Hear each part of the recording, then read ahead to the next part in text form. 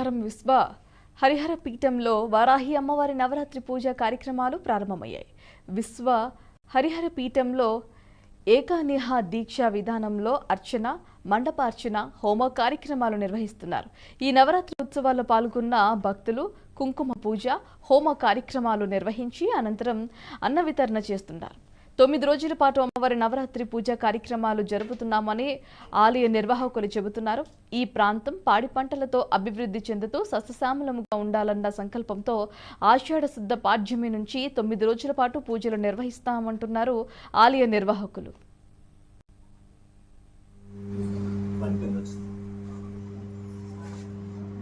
శ్రీ గురుభ్యో నమః.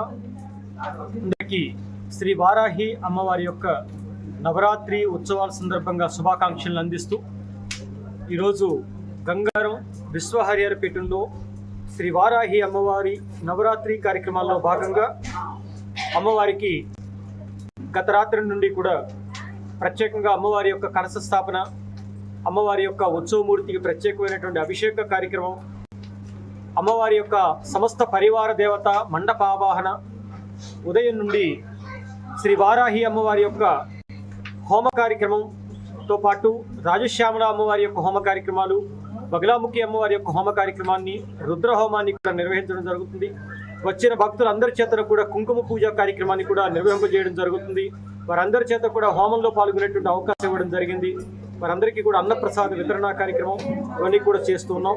అమ్మవారు శ్రీ వారాహి అమ్మవారి యొక్క ఆరాధన వల్ల ప్రాంతమంతా కూడా సస్యశ్యామలం అవ్వాలి అనేటువంటి సదుద్దేశంతో ఆ సర్వతోముఖాభివృద్ధి, సర్వజన శ్రేయస్సు కోసం ఈ యాగ కార్యక్రమాన్ని తలపెట్టడం జరిగింది.